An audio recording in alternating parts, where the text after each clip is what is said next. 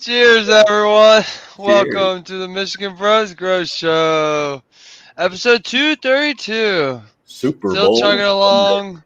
Yeah, it's the Super Bowl Happy Sunday. Super Bowl Super Bowl. Sundays. Throw that pigskin. Yeehaw. We're coming in to interrupt the Super Bowl. Yeah. We interrupt this Cheers. broadcast for Yeah. growing weed. Super Bowl Growing for cannabis. Growing weed. more important broadcast, of course. You see, the thing is, Super Bowl's tonight, but growing weed's only, or whatever you're growing is gonna be still growing tomorrow. Yeah. Super Bowl is fake, and I don't have money on the game, so for me, it really doesn't mean shit. So I'd rather be smoking with you all. We all watch it for the commercials anyways, right? That's what they all Did say. you see that? Is there a puppy bowl still? Puppy Yeah, Bowl, I think so. we watched a little We bit of turned it. it on for Ruben. He was That's not the most important. Oh, he was not impressed. Wow. Well, He's good. still He young. doesn't like the establishment. So He's that's He's so fun. young. Well, we met Ruben this weekend. That was awesome. Yep. He's the softest dog I have felt, and I can't remember how long. That dude is like, He feels more like a chicken than a dog. yeah, and he's yeah, it is crazy. fell in love with his eyes. I gotta say, his droopy, like basset hound eyes. Oh, Droopy hound eyes. He I used to have a basset hound, and it reminds me just like I call him Sir Droops because his eyes Sir are just like- Droops. when he's tired, they just get so droopy. And like when we talk about like phenotypes in breeding with cannabis and things like that, like you can totally see. So we did a little bit of digging into like what the golden retriever was, and there's Irish setter in the golden retriever, and he's kind of like what back crossed to an Irish setter, I suppose. Okay. And so he's got a dominant Irish setter gene, but then if you go into the Irish setter gene, the hound dog is in there. I don't know if it's the basset hound specifically, but there's a hound.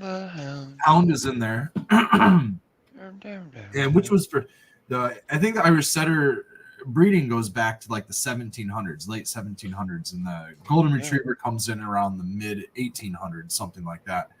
But it's funny because Ruben if you look at a golden retriever, they don't really have the droopy eyes like a hound. Neither really does a Irish setter, but Ruben does. He is like the regressed hound gene like popped out, And it's funny when it watches this hound sniff, and he'll catch a scent. he's also got the thick legs, the big fat feet, just like a hound, just like basset hound. He's so stocky. You look like he'd be like he's never gonna have problems with his legs, his joints. He's just like so solid already. He's gonna be a big dog. His father was a 75-pound Irish setter, and the mother was a 55-pound golden retriever. They were both beautiful dogs.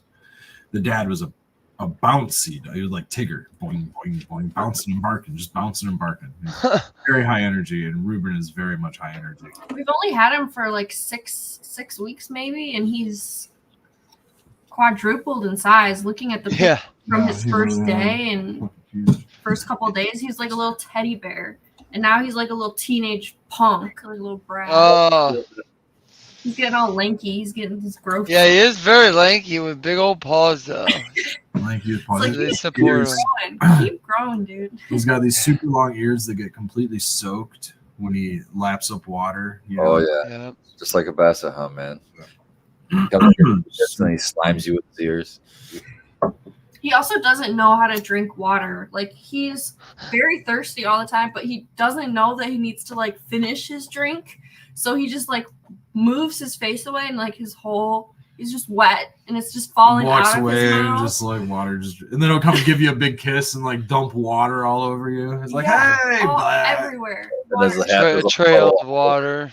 He's kind Xena of still does that here, actually. So I don't know if that'll ever stop. That's funny. finish your drink and then come and play.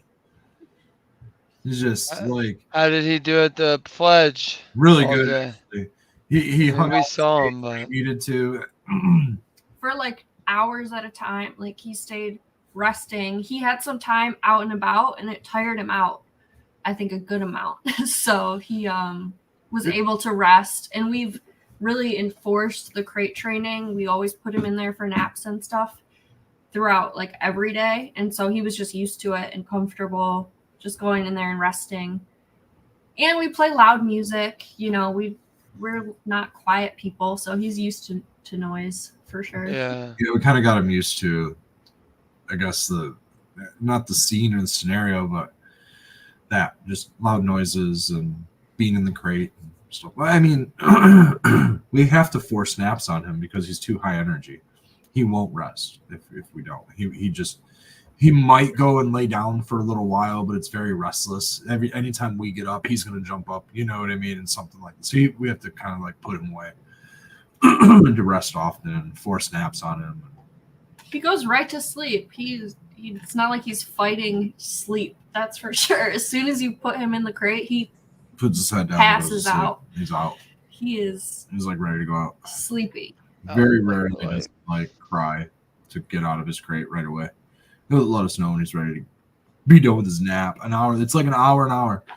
Hour in, hour out, hour in, hour out. Plays for an hour, maybe 2 hours, and then he'll go sleep for an hour, 2 hours. It's like a baby, just like having. I've never had a baby, but you know, I've Similar. been around enough babies to know. Yeah. It's really similar. Becca's taking care of both her little siblings as they've been growing up, and so she knows a little better than I do. He's a little squirt. But yeah, anyways, Fletcher's good. breeding dogs to cannabis is our way to transition into the cannabis show here, guys. The puppy hour and the puppy bowl scenario is over, and we will now get into grow talk that everybody has been waiting for, I suppose. How's your seeds? Puppy talk. I don't care. We can talk about. Well, I want to shout out at least Highline by J Mac. I was up there at the pledge talking to everybody, and I was talking at some booth, and I just saw a hand come reaching across with a bag. And actually, I've smoked a lot of it. There's not much left in here. But this stuff is called Johnny Appleseed, I think he called it. Can I get it to focus? It's like a dark, but super frosty. And it actually does smell like apple, like a green apple, like a, I don't know, just like a green apple smell. And it's got a blow pop. Shout out to Highline. They are apple, like the apple, like an apple. Oh, like an actual Granny Smith. Granny Smith. Yeah. So, yeah. Not tart like a Granny Smith, but yeah, like a green apple. Very similar to that, yes. Highline is a His Instagram's Highline by J Mac. J It says Highline on his. Yeah, it looks like this. Looks like that. Yeah. And they are Third Eye Craft Affair veterans. They've been there doing the events as long as we have been, I believe, since the very beginning. So shout out to those guys. They also are viewers of the show, and they do great craft work. They do great work. That was good. That's the first weed I've had that, like, I've had the apple, or is it just fritter or apple fritter? It didn't taste like apples to me at all. I've never had one that actually I got like an apple taste. That was the first one. So apples and bananas is kind of. I don't know if I've had that one. Oh, I thought you did. I fought with this apple. I fought with Poppy, and I popped a bunch of seeds the last couple of weeks. And I kind of fought with this apple juice strain by Canorado that's apple. What was it? Apple what? Apple Sunday, I think. I think it's Apple Sunday, which might be their. I don't know, but that's it's supposed to have apple notes. I was kind of hoping for. I did not pop those ones, so we can talk about that a little bit later. Some of the genetics. I saw you pop some nice looking ones though. I liked your seed trays. You got a good hunt coming up. It looks like a lot of new stuff. Yeah. We did a pop. We did a start to it 2 weeks ago where we have a couple nice little guys. We got almost, I mean, honestly, it was like 75% germination, which with only like 24 seeds that we started to run was not the best, but it was a bunch of old packs. I mean, these packs have been around for a very long time. What's up, buddy? They're also all femmes, so I'm not too concerned about that as long as I get a little femme action. We'll get something out of it. So, yeah, Ruben's just waking up now. Yeah, here. Pause. He's starting to get. He's so big. He's starting to get those monster, pit monster legs. This is cool. Oh yeah. On the back side of his back legs. One of his legs has got a little tuft of hair coming in. Aerodynamics. Yeah. That's gonna be fun grooming. I'm hoping he's gonna things like that out of it. Like he's got the Irish setter. Little setter ears. Definitely got this hound face. I was gonna say, he's got some basset hound influence. He's showing you his like the side of his face where he doesn't really have a droopy eye. It's this side that it's like he's kind of like who's that? I was gonna say that one actor's name, but I couldn't pull it out fast enough. So, but you know what I'm talking about. Oh, No, but good for a moment. let's see. Sylvester Stallone has kind of fucked up eyes. Oh, I know who you're talking about. Forrest Whitaker. Forrest Whitaker, thank you. Yeah. I never would have gotten That's an actor? Yeah, he's the one that's got the indica side and the sativa side face. Yeah. Is it half indica, half Oh, yeah. This guy. They got memes about that. But yeah. You have your seeds under like those GML lights on that tray, or lights sprouting, and then once I uppotted the round that I have, they're under affluence right now. They're rocking and rolling. I would have kept them under there, but just because of spacing wise, and we're also starting vegetables and things like that.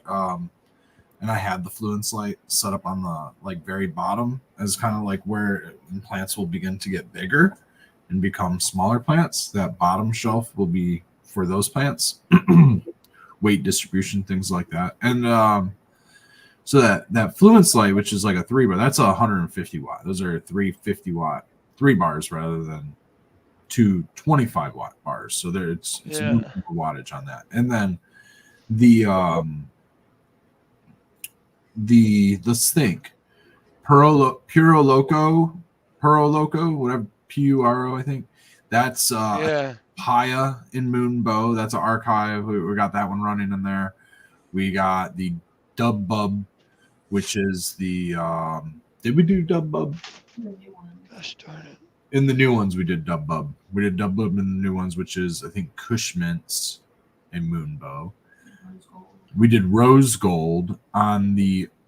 We'll go back to the first one a couple weeks ago. Rose Gold, which Pineapple Express and Moonbow. Really, it's just a Moonbow hunt, honestly. Some of these other lines with Moonbow, and then we did Dolado, which is I think Dozy Do and Moonbow, something like that. Dozy Do and Skittles and Moonbow, or something along those lines.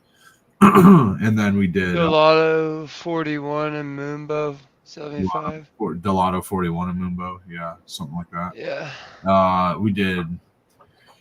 Now with the rainbow belts, I was a little disappointed. 3 popped out of 4. One of them is kind of a runt, but they all seem to be doing better. And here's something else. I had them in soil blocks. We popped everything in soil blocks to note.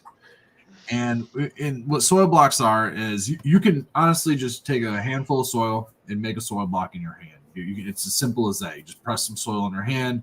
You want to like push it nice and tight. You know what I mean? And you could have a nice round, or if you get it square in your hand, block.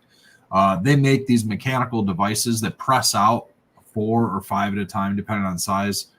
I use a 2-inch block, which creates 4 blocks at a time, and you take this device. I'll go when I go down to let him out. I'll grab it. It was right next to me just the other day. But you roll it into your soil, and you get the soil in there, and then you press out the blocks, which have a dibble in it for the seed. Pop seed in there. And what's nice about this method is that in order for the block to maintain shape, you have to moisten your soil capacity. So it's already got to be holding water to some extent. So you don't want your soil beyond field capacity. You don't want it overly saturated and runny. It won't hold, water will make it run out. Field capacity is when you like squeeze your soil in your hand, a little bit of water. You should have a couple of drips, nothing crazy. It shouldn't be I go a little heavier than field capacity, ever so slightly heavier than field capacity. That's just where I like it. I like it to maintain a little more moisture. But depending on also what you're using, are you using cocoa? Are you only using a peat base like Pro Mix or something like that? Could also depend which will hold more moisture. Cocoa being probably going to hold better moisture. We use a blend. And so we've had really good success using soil blocks. But with that, it is soil and it can be oversaturated. And so we did find that we were kind of oversaturating them in the soil block. And we should have transplanted them much sooner. Once you begin to see the taproot coming out, I mean, it's pretty much, it'll start to air prune itself. That's kind of a benefit to these soil blocks is that plants will air prune. And so you'll get you won't get wrapping. You know, if you were using like cells, you might get wrapping. You just have the blocks sitting in trays open? Just sit in trays, just open. Okay, that's cool. We water them more or less like we would flood the bottom of the tray, you know, a 1/4 inch, just let them bottom water. It's kind of the best way to do it. Kind of just bottom, you know, I was in there messing around and like, I should be watering my plants. You know, that old thing, you know, we've all done it. I've all done it too many times where we just felt like watering the plants just for no reason, just to make sure that they're good and happy. You know, I might have even been going away to the farm for a couple of days. Also didn't have a humidifier in the room right when they popped. So there could be a handful of. Yeah, it's really dry right now. Yeah, it has been. And aside from those couple of days that popped up into the 50s, it's been really dry. So those are just trickery days. Trick days, you know. Yeah, you're always busy during those days. It's like, bummer. Can't get out and enjoy the weather. But I did have to dump the humidifier one of those days. But other than that, it's not been hardly running since then. Yeah, it'll start to pick up humidity on those days, which was nice because we actually had stuff finishing and drying. So I like having some moisture in the air when I'm drying because I don't have a humidifier out there hooked up like a flood line or something. We'd have to stay out there for the night and just like run a humidifier, or else it just won't get, you know, need to hook up a fucking float valve, and we just haven't done that. Yeah. I could probably DIY something or get a fogger. I ended up getting a fogger from a buddy's old grow. It's used, and I didn't really want to use it. You know, it's one of those like active air ones, one of those fuckers. But I never really wanted to use it because it was in somebody else's grow. Didn't know what kind of fungus and shit it had percolating inside. But that thing's been sitting there for like 5 years. It might be fine to use by now. Yeah, probably. You know, the air's probably eliminated all the bacteria in there, the air bacteria. As long as I got dry enough, I would say so. Yeah. Oh yeah, sure. But the cold is very dry. Yeah, it's dry for years. It's just sitting in a warm part of the shop. Our room's still pretty well sealed, so we don't have too much of an issue. But and then they're not sprouted yet, but we just popped some Durban Margie by Canorado. What's that? Durban Poison times the Margie? Poison times the Margie, yeah. Oh. I can't what the Margie is. I'll have to look that up. I ended up trading away my lemon Margie, but that was something I wanted to run. DJ Short. What'd you trade the Margie for? What was?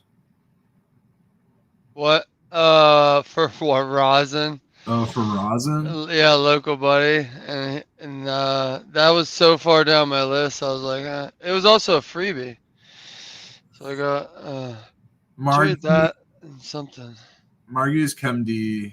Oh no, that doesn't tell me. I don't know if he ran it, but it was also I get like I think I made the deal where I get cuts from it too if you find something fun. That's always good to have in the. Yeah, I like putting that in the deals. Then I really don't care. I'll get rid of like almost anything. Margie's kind of interesting. It's ChemD times sour double times pine soul times fire oat. It's soul SOL or S. Like, yeah, but so what it is ChemD times sour double times within parentheses you have this pine soul times fire OG times Loompa headband in parentheses, and then Triangle Kush. There's like a whole. It's a multi fire OG back crossed polyhybrid. Yeah. Yeah. I'll pull it up. It'd be way too just to difficult show everyone. Explain.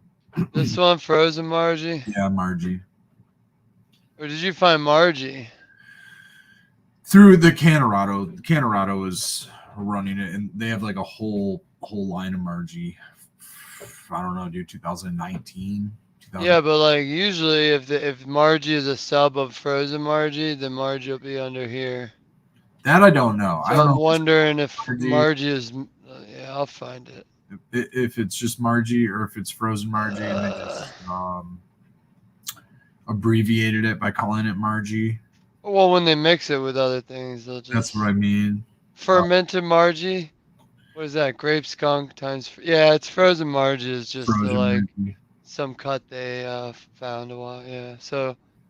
Yeah, Sour Dove, Triangle Kush, Chem Dog. There's a lot of good stuff. Yeah, there's a lot of stuff in it, and I'm really just hoping to find a Durban out of it, honestly. But I mean, if it ends up OG in it, I'll probably kick it. I got enough stuff that are gonna be OG leaning coming through with the archive Dozy Do hybrid shit that like the Tahiti lime is probably gonna have. I don't know if I planted a hazmat OG or not, but we have a couple seeds of a hazmat OG.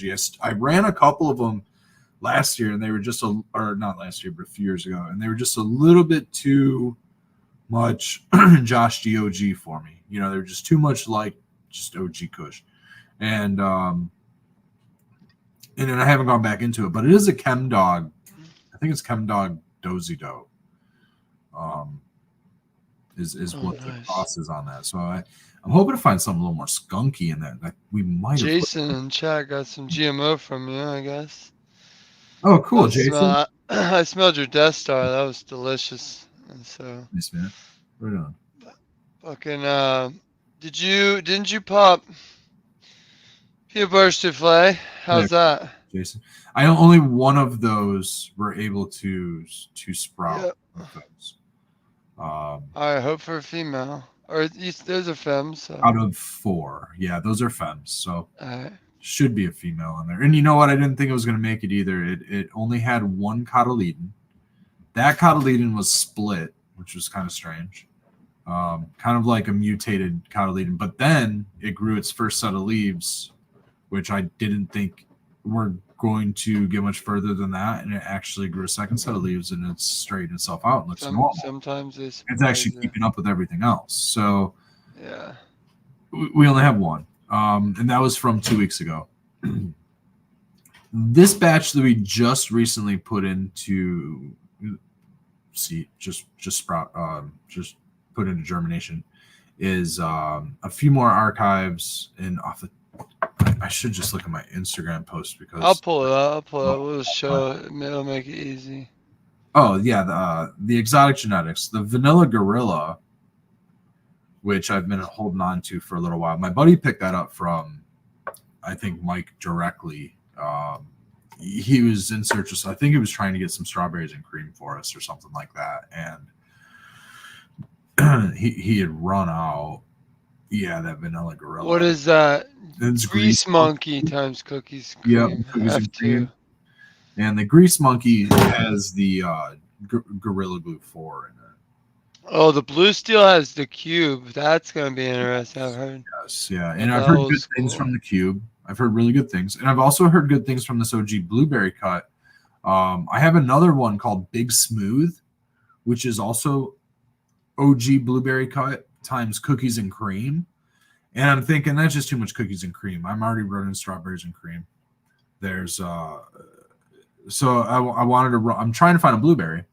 So my stop was between that and the Big Smooth, and I chose the blue steel because I wanted to run that cube to see where that cube male would get this. OG blueberry cut was a purple bleeder. It would bleed red, bleed purple. So and I think that it's from his cut that was a Dutch Passion era. From my that's old, yeah. Right. So that's what he used to work that with. So if that's the case, that would be very interesting. But also there's the blueberry at the top left, which is their F4. I sourced that in like 2019 from DJ Short himself. Actually, I have a brand new pack that I sourced from DJ himself. That pack there I sourced at the dispensary that he would give his seminars that would source them from him. So that's actually not the pack that I sourced from DJ, but it's one of his F4 packs. It may have been a different line. The packaging, even though that packaging, it's still that like matchbook style paper packaging, but the coloration is ever so slightly different. You know what I mean? Ever so slightly. Different round. But it still has all of the insignia and everything on the inside. And they're selling his gear. They were collaborating. So I did trust their sales on the whole thing. I'm excited to see that blueberry, man. Yeah, I got 5 of those going. The Durban Margie. I'm excited. I have more. I did decide to pop that second pack of Rainbow Belts, so I can actually try to run as many as I can. Really get a good keeper. I know there's some good keepers floating around Michigan here. Try to find something that sets us aside from all the others, and still keep that pine skunk flavor that I really love. That good old diesel skunk. I really like that, man.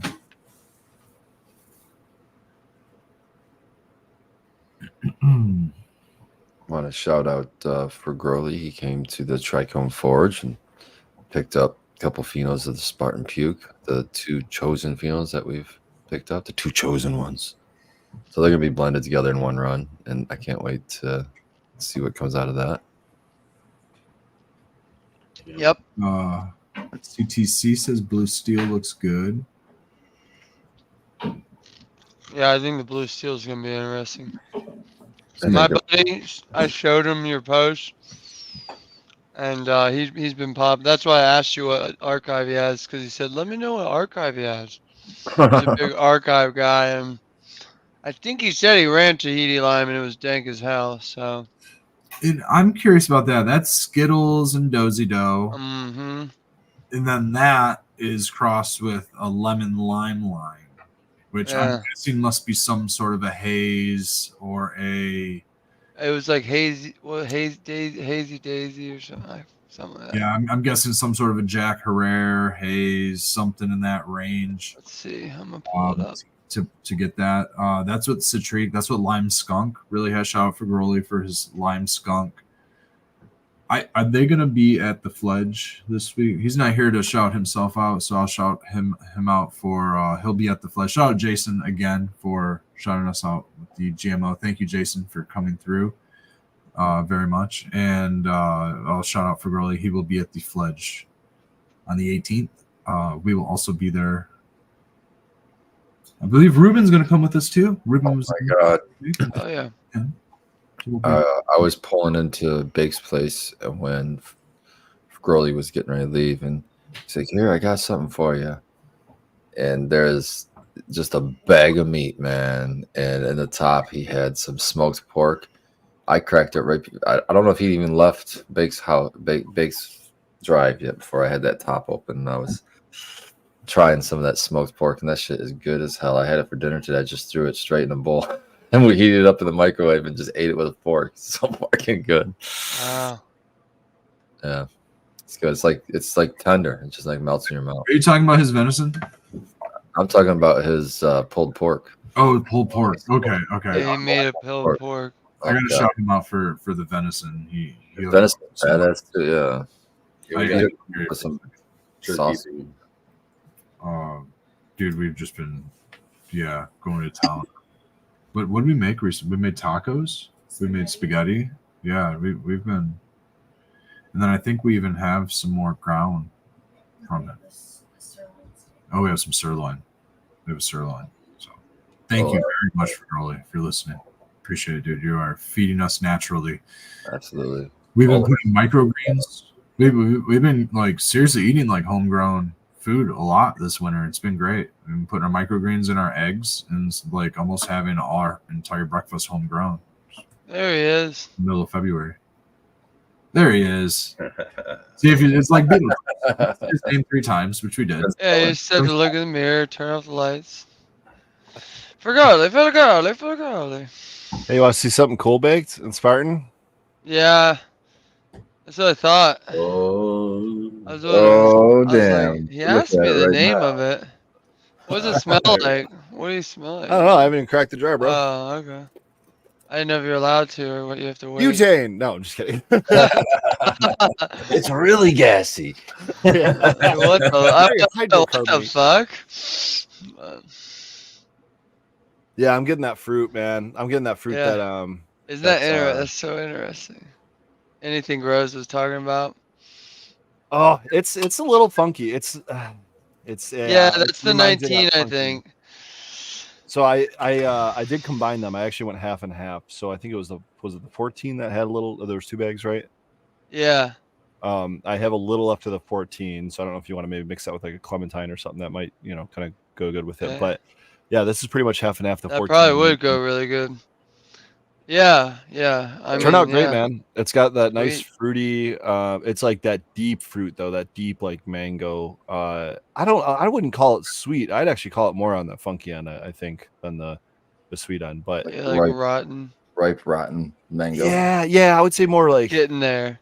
Yeah, getting there. It's not rotten, but it's you know what I mean. It's like it's been in the sun for at least a day, or something like that. No, well, that's cool. I'm excited for that. Yeah. Well, yeah. Sweet. Thanks. That was fast. Fast as hell. Yeah, I woke up and he goes, "What was that called?" I was like, "Well, he's either making labels or that mad scientist is up late running shit." That's exactly what it was, man. I just I had the dry ice, and I hate letting the dry ice go to waste. Yeah, yep. I hate letting it go to waste, and I knew I wasn't gonna get like any of that done today, so I'm just like, well, I guess I'll just get it done tonight. So screw it. Let's shove some pork down my throat, and hey, that's what we're talking about. The pork. Russ was giving me compliments. That was my dinner today too. I just had a bowl in the microwave. I just put it in a bowl in the microwave, heated it up, and fork, and boom. Yeah, that was so good, dude. I appreciate that. Hell yeah, man. Well, right before you got on, I guess are you going to be at the Fledge then next weekend? Yep, we'll be there Sunday. Sweet. Yep, we'll have this Spartan Puke ready for you guys, and got a handful of other stuff. I'm gonna be running some clementine. I actually had 3 or 4 DMs yesterday, all asking when clementine's coming. Yeah, I'm like, it's in the freezer. Just gotta get to it. I'm gonna go ahead and do the Spartan Puke first, though. Sorry, guys. But I know you like sauce, and like clementine's just one of those ones that I don't mind battering up. There you go. We'll have it on the collar. Yeah, that's dope. Cool. I like that. I love that idea of blending with clementine. That sounds like, because that's citrus will go together. You know what I mean? Yeah, I think it might just add a little bit, because it's probably only a couple 100 grams of it, of fresh frozen. But I think it'll add just enough where you're just like, wait, this is clementine? Yeah. I think that'll mix well. I think that clementine number 14 would be, I think, the pairing there, because 14 was that fruitier one. Okay. It was as frosty as like Mac. 14 was the frost. That's the one. It's like, I think that's I'm gonna keep that female 14. This motherfucker is so sandy though. This motherfucker was trimming, and he's just over here. What you? And it was just it's like all in the air. But and then the 19 is the other one. That one was more not as pretty. It's still frosty, man. Like when you really actually got it, but it was like a little greener. But it was more of the Donny greasy. Like I was gonna say sometimes those are the terpier ones, so it may not be like a better quote unquote washer, but it's still might give great extracts. Exactly. Problem is if if it doesn't have the bag appeal, a lot of times it just goes by the wayside because of that simply alone. It might not be the flavor or the profile, the taste, the high, whatever. It might just be simply because it's not hard, dense, frosty nugs. Like it's a shame, but it is. Bag appeal is pretty low on the list for me on whether I give a fuck. Like I want the flavor is not even top for me. I want the effect.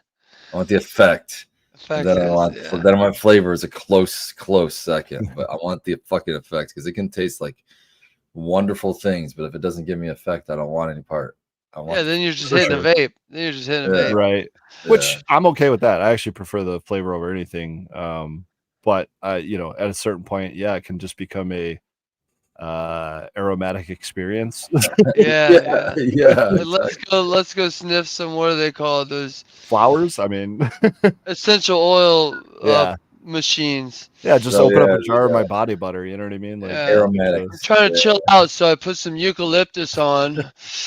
Got some Vicks vapor. Whatever the fuck.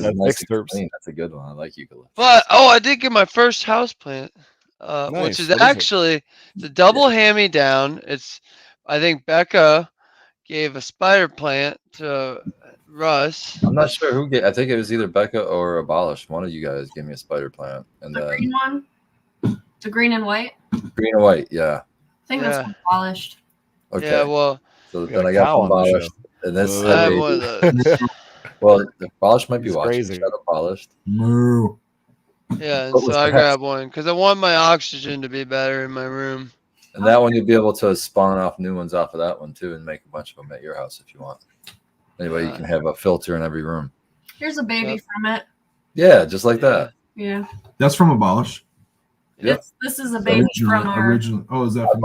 I love the spider plant because a lot of times you see more green. I love how that got so much white because I like the green and white contrast. You know. Yeah. Like a segregated. I'm a big fan. Let's see. I've got to quickly shout out Anything Grows. For your logo's sick. One of the logos.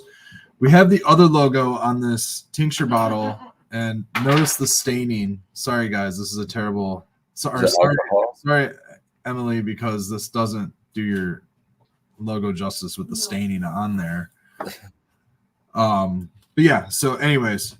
Wait, what happened? Did the ethanol rub it off? Is it? No, it's not ethanol. It's an oil base. So now alcohol will destroy these type of labels for sure. Alcohol will absolutely just completely char them practically.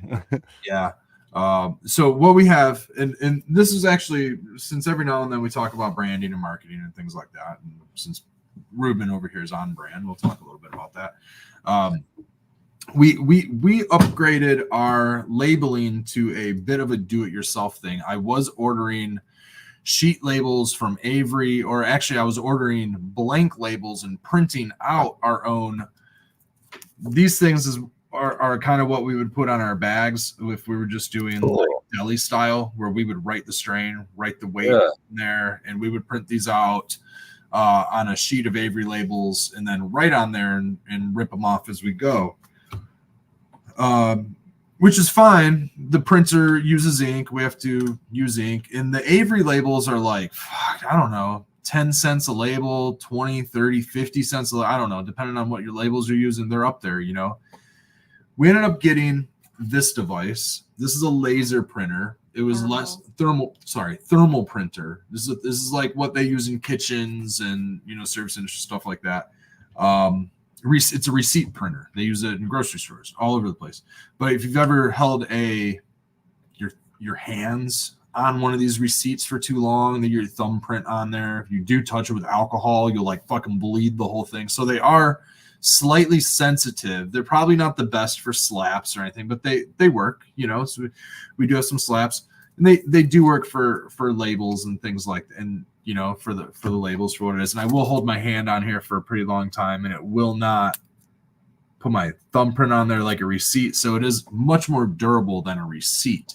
But what this is this will print out these for less than a penny a label. So we're saving ourselves a decent amount of money, considering that we're buying these boxes of labels that cost us $50 a box.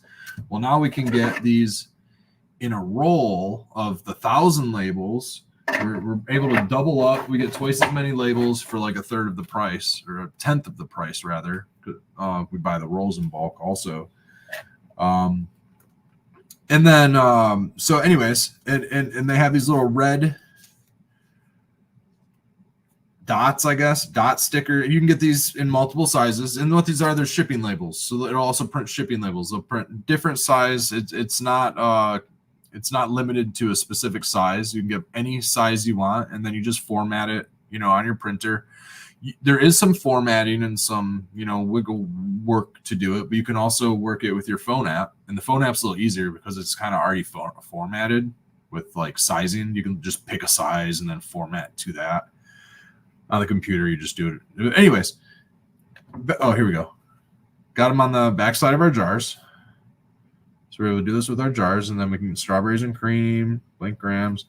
And now these ones we order these ones, or we got these made specifically. They're vinyl, but these ones here we can just make on our own. What does it use? Ink or toner? It's thermal, so it uses heat. One of those. We take away the need for ink. We take away. I read about those. Take away the need to get a toner band or any of that. Yeah. None of that stuff's needed. We don't have to get. Then you can only do black and white. That is a limitation. Or just black, I guess. Black. And so what it is this. Yeah, but then you can just buy the red paper and normal paper or labels or whatever. Yeah. So that's cool. And I read about those when I was looking at printers, and I was like, I don't know, but that's a good way to do it.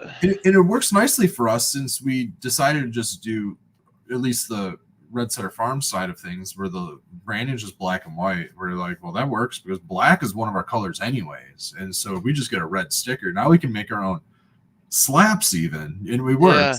I don't have any in front of me to show you, unfortunately, but these, and then these would so we're able to put like just a little like Red Setter silhouette on stuff that I was ordering, and I was spending, I don't know, 50 cents a sticker, 25 to 50 cents a sticker, depending. Like you get them, like you get holograph stickers. Like sometimes you're paying almost $1 a sticker if you're only getting 50 stickers. They're holographic, Red. You know what I mean? They're holographic though. That's the key. They're foils. And you're like, I don't need 2,000, or you don't want to spend that amount. It'll be like, they'll be like, well, we'll give them to you for 30 cents a pop if you buy 1,000 of them. Is that toner? Is that all toner? Look at that. Oh Lord! These are Epson ink cartridges. Yeah, and this is. Inkjet is the worst. This is only half of what I haven't recycled yet. I have. Yeah, that's that's probably $10,000 right there. Probably. They're going down. They're going down. The ones I got.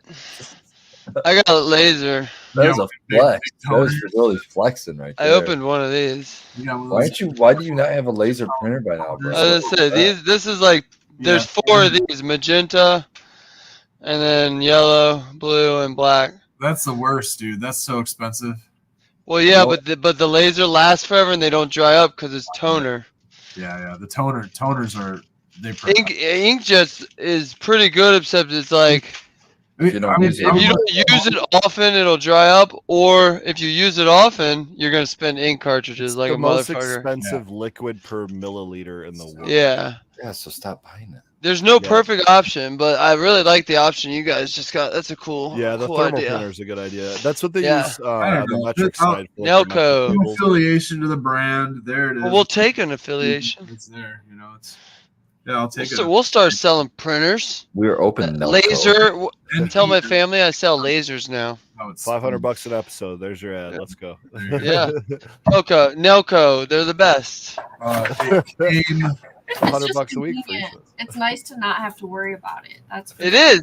Yeah. You'll never be like, we need to print these on the fly, and then go to and be like, we gotta have to go to the store. Yeah.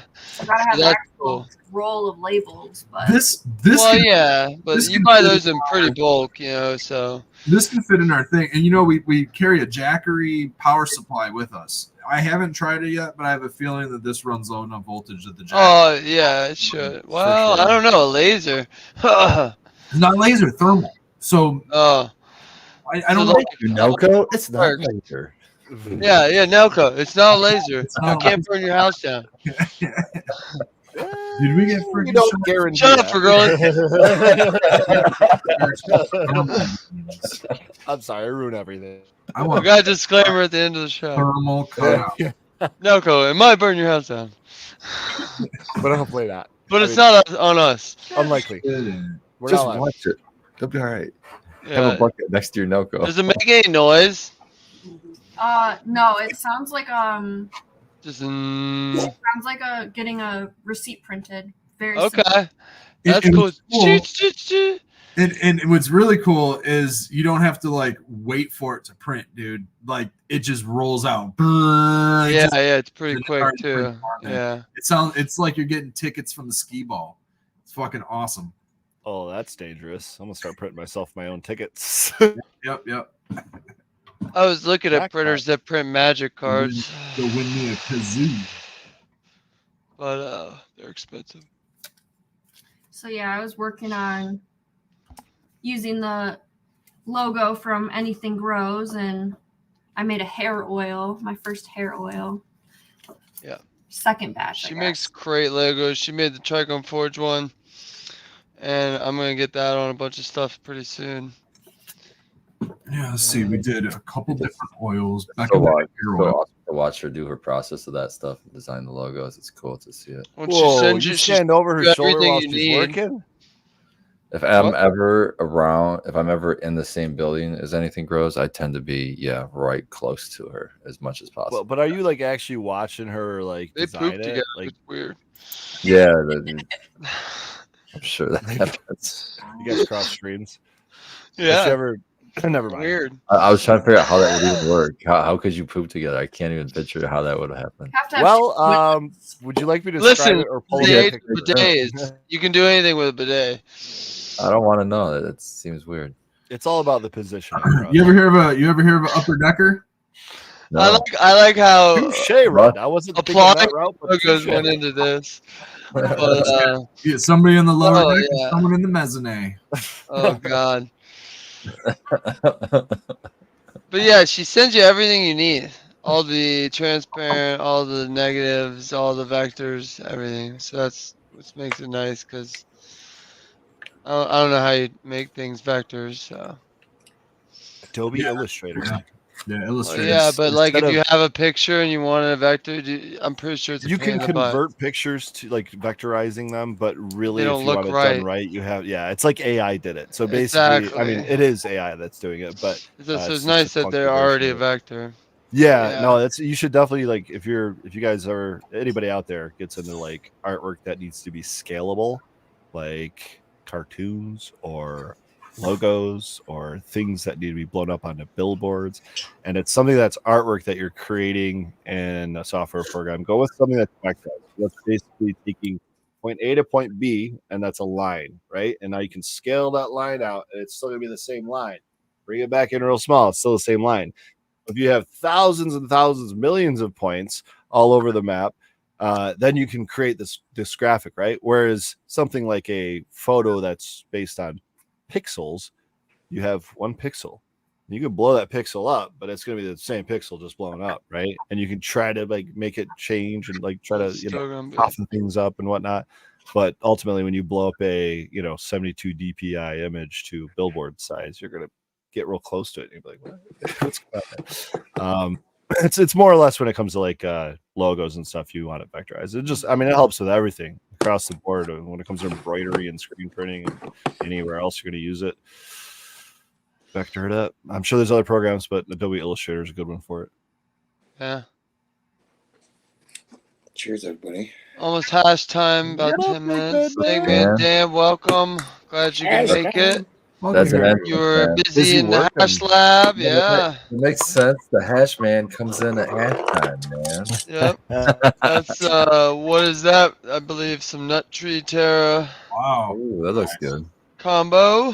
Yeah, this is Chem Cookies. This is the 159 through 73U. Okay. And then ooh, yummy. They have some 71 through 45U here. Nice. Food grade stuff. Cheers, everybody. Cheers, man. How far off in lineage is a Chem cookie and a garlic cookie? Couldn't tell you. What? I think what?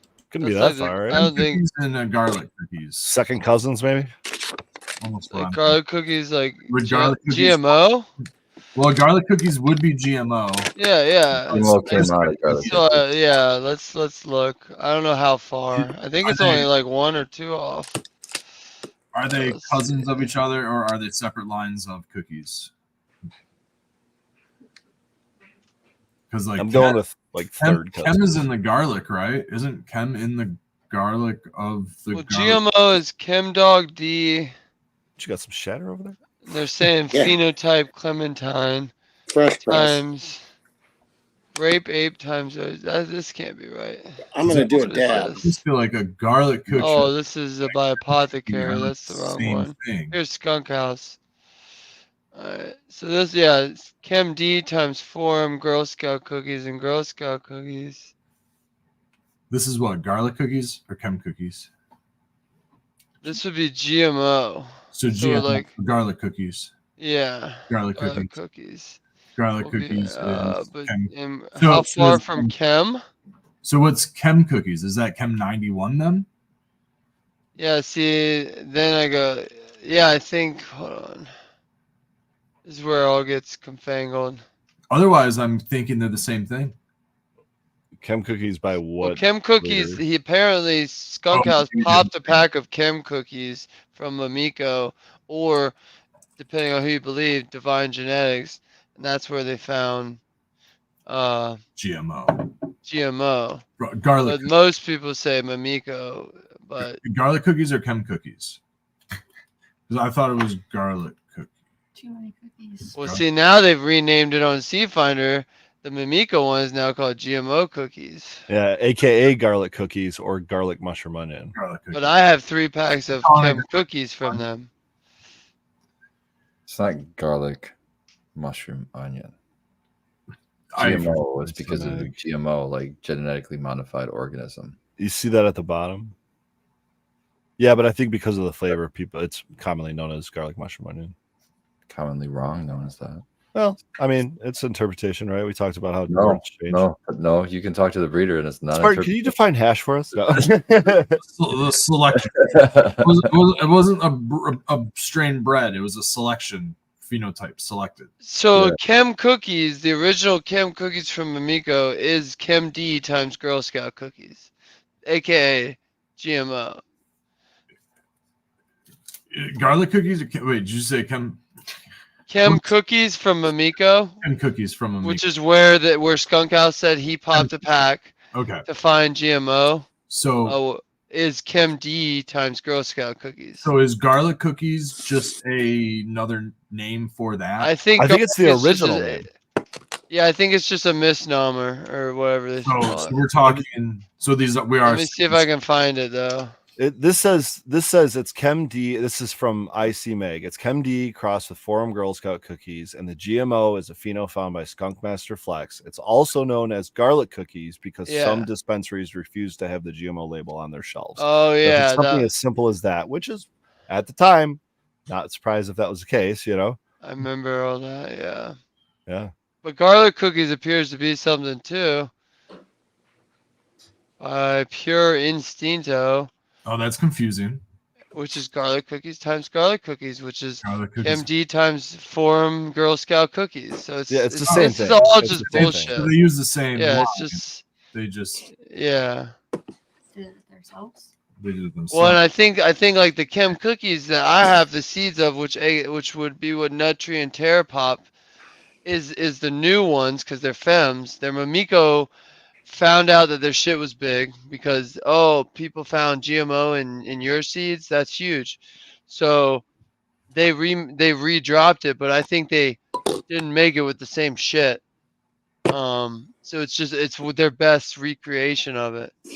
So usually how it goes. Yeah. Yeah, exactly. Yeah. So, but it's still tank as hell, as we know, because they have that rosin I fucking dabbed.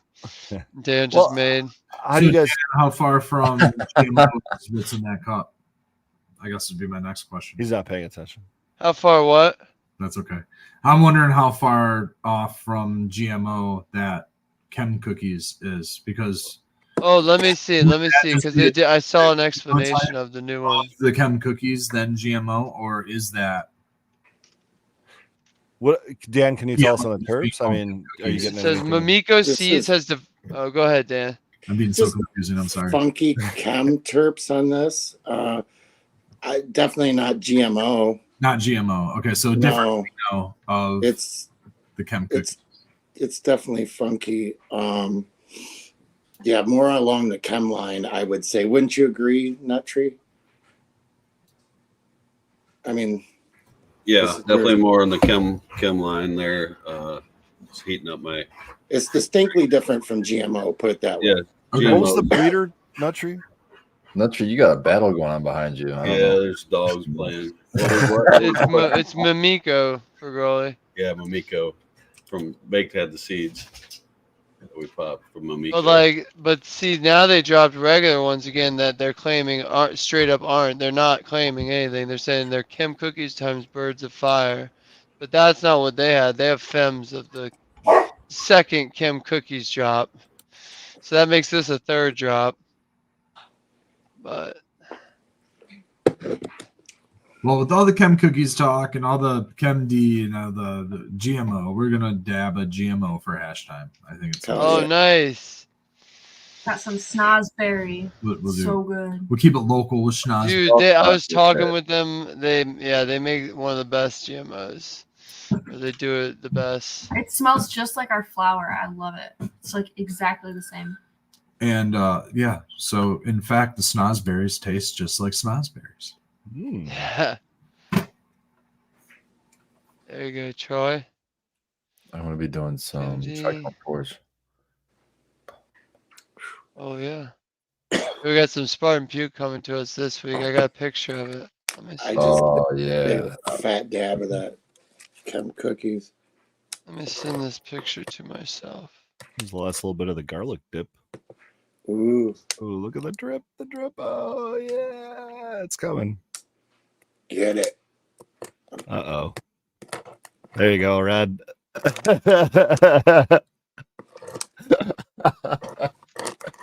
Amazing. The drip. It's weird having that gas in the mix. I'm so used to garlic punch. Putting that gas in there, that fuel. Give me fire, give me fuel. Fuel, give me fire. There you go. I was hoping someone would pick it up. I was like, what in the world? That doesn't sound right. It's dyslexia, dude. Yeah. We're about to start getting into like the worst of the Metallica decline in the beginning of the. Actually, I saw a meme today about it. Here's the reporting it. Was that load or reload? Spartan Puke. I could get behind load. Reload, it all fell apart for me. That's a jar of rosin. Woo! Look at that. That's it's good. He didn't want to whip it yet, so probably tomorrow or Tuesday. But the terps are separated there at the top. It's like sand art. Yeah, he says it smells on the fruitier side, so that makes sense that yours did too for Roy. So can't wait to dab that. And then do half and halves with triple burger and stuff like that. I love mixing. Yeah, dude, start getting creative. Yeah, that's where the fun comes. Like, you bread strains. Now you get to see what they, get creative. Nelco printers. Only $99.99 at your local office. Print your imagination. Anywhere, Amazon. You got an idea? We're going to burn it onto some paper. Don't forget to use discount code MBGS. Yeah, try it. See what happens. 5% or maybe 25%. We're not sure yet. How much heat? No. Okay. They're not oil proof. Hashtag. But they're thumbprint proof. I grabbed my equipment. It's all over here. Although I would like to say that the other bottles that we got that were like black bottle, this is an amber bottle. You can't tell because the liquid. Oh, there it is. Almost maybe there-ish. You can see them through. The black started flaking off of the old bottle. So there's a little R&D disappointment on that one. When it wouldn't do it when it was. If it got wet, it was fine. Also, it was like when oil would touch it. oil would permeate into the paint and it would just flake off. Well, they were painted and not. So it was the wrong kind of bottle. But either way, like oil is a solvent, you know. Wait, you're saying water's not? Water is as well. So when you get into I would love to get on this topic momentarily since it is hash time. Wait, I want to before you can I just do one more thing? Look at this cool. Oh, this is so cool. Fanny pack. Before we open Pandora's box. Yeah, no, Anything Grows made this for me. That's sick. I saw her with that. That's why it looks familiar. I thought that was like a WWE belt for like a quick second. I thought the whole time she had champion of the world. I thought it was a hat. Cool. It's so cool. Biggest sunflower. The thing is so badass. You know, there's like Eskimo hats where they have the long. Shout out I love Anything it. Grows. It's cool. Very cool fanny pack. It's cool. It's no Snorlax, but it's cool. I think it's fucking awesome. It's perfect for festivals. I think it's a great piece of wardrobe. Thank you.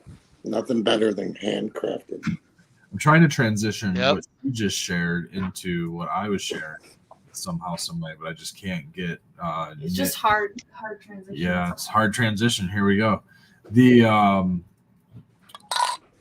we've been doing some studying and information on what was it? Just medicinal plants and things like that. So let me try to I'm also trying to roll a joint. The what is it called? Not tincture making or oil making or extraction just in general, but it's kind of like an art. Yeah, well, not so much apothecary, but the art of herbalism. Herbalism. Yeah, thank you, Spartan. There it is. The herbalism and part of that is basic extraction of all forms of botany. You know, mint, basil, echinacea. Echinacea is a good example of one. But what you have is elderberry is a great example because it's poisonous if you eat it. Not poisonous, but it'll fuck you up. If you extract it, it's good for you. Many others, and I mean, then there's like I was just eating that grass. We juice the grass, you know, strictly for chlorophyll and shit like that. But I mean, what I'm getting at is there are alkaloids, phytonutrition, terpenes, all kinds of, in our case with cannabis, cannabinoids, all kinds of different soluble molecules and compounds, not so much molecules, but compounds, and minerals and molecules and things like that in plant material, within not just cannabis, plant material in general. And through herbalism, even though there are many solvents that you can use, throughout conventional and commercial industry. If you talk about industrialization, every solvent from acetone to naphtha and, you know, the CO2 now, but like you can get into like propane and all these other types of things can be solvents. When you get into herbalism and especially like natural herbalism, things like that, and home remedies, what you could really get into on the small scale and what you could do, even create yourself. Water is a main primary polar solvent. And then you have two others. One of them's oil and the other one's alcohol. And really those main three are what, you know, the home remedy consumer could create on their own and could do on their own. Now, there's many different types of oil, obviously fat content, and depending on the botany that you're using could play a role there. But what you have is within cannabis, there are water-soluble molecules. So water is a solvent for those. And then you have the fat-loving, the oil-soluble ones. And obviously, most of the cannabinoids and the terpenes are lipids themselves. And so they themselves will bond to the fats within an oil. And they'll do that not even with heat or extraction methods, but they'll just do it in contact with time. And the greatest solvent of the three that mentioned was the alcohol, and the reason being is that its polarization compared to the others is opposite or dense. I don't know the science behind it, but it has the ability to really take what is water soluble and oil soluble together and solubilize it all, you know. And now what they've done through an industry, thank you, Becca, and modernization and the discovery of other more efficient solvents, butane, hexane, propane, compressed gases, we can create other efficient solvents. But oil is certainly one of these solvents that we can use to extract, and water is another solvent that we can use to extract, and water does extract water soluble terpenes and does do that. And that's so important. If you like, I believe in the full spectrum, and it's like to get that full spectrum, sometimes you have to use different solvents to get those. Some things are water soluble, some things are oil soluble, some things and different industries sometimes need to use them also. And when I would get into the industry that we derive our ability to distill things from, the distillation, that especially creating things like isolates. When you see CBD and THC isolate, they're white powders. I can think of a few other things that are white powder form. But most importantly, sugar, right? Sugar is certainly a white powder, and all of these things come from crystalline. And sugar has been this conventionalized manufacture from sugarcane, beets, all of these different forms of carbohydrate forming botany. You know, we use sugar cane specifically regionally, I'm guessing, ways that they're able to harvest it, and also it's high glucose content. But then you have beets and you have all of these other plants throughout the world that have sugar in them. But what we do through industry, you know, through conventionalization, is we put in the same type of mechanized fixtures that we use in cannabis. You know, that's where cannabis got these fixtures from. They were originally used in other industries such as food and sugar. So long story short, what I'm kind of getting at is through these different, this is just talking about strictly a solvent base extraction when you're talking about that. But I would like to just clear the ground and get everybody on the same kind of playing field just for the moment. And let's all kind of clear, you know, waft a little bit and snap back to reality and realize that when you're dogmatic about one thing or the other, you really have to get a grasp on the entirety of the situation, right? So let's say that you're dogmatic about solventless. It must be solventless. It must, you know, it must be pure. And I can agree that you want something to be organic, or you want something to be clean, or you want something to be of high quality or value. But it could be solventless, and it could still be of poor quality value. It could still have pesticides in it. It could still have all kinds of stuff in it. So just because the nomenclature says solventless doesn't necessarily mean pure. But also, my point being is that being too dogmatic about that alone, and the reason that I'm getting here and I'm at this place is because I hear it and I see it all the times. I see elitism, you know, this sense of like, my shit's better than yours for whatever reason it is. But yet that person standing there having this conversation is drinking a soda. They're literally drinking pop, a Coca-Cola, which has sugar in it, which has been refined using those same hydrocarbons and methods that were, you know, that they're against. You know what I mean? So just, you know, let's all calm down a little bit. Let's kind of like back off a little bit. Let's set down the Mountain Dew. You know what I mean? If you're really against hydrocarbon, then you should really be against hydrocarbon. You shouldn't support that industry. And you probably shouldn't have anything with refined sugar, because at one point, that's how they created sugar. You know what I mean? The methodology is the same. That's it. That's all I have for that one. I just think that everybody should just be mindful. You know, it's more about mindfulness than it is really about being dogmatic about one process and the other, because all the processes have a necessity. You know what I mean? And have you been hanging out with me too much, Red? Is this... I just am. You know what? My brain sparks in many different areas. I think the best way to come at that approach, I think the best way to approach and push back against events like that is just out of inclusion alone. It's like, look, as a cannabis industry, we've had kind of a tough road to hoe this whole time. Why are we fragmenting the industry? Why are we trying to celebrate, greed, bro? It's greed. We should celebrate inclusion and not exclusion. So I don't understand an argument for that. No, we need exclusion. I want to hear that. What argument? I don't think any people should be excluded. I think that the battle is with the ones holding the chains, the regulators. It's definitely not us with each other. And most importantly, it shouldn't be broken down and based on semantics. And even then, when you break semantics down, like, don't be a hypocrite about the semantics. You know what I mean? Like, if you're a purist, be a purist in all forms.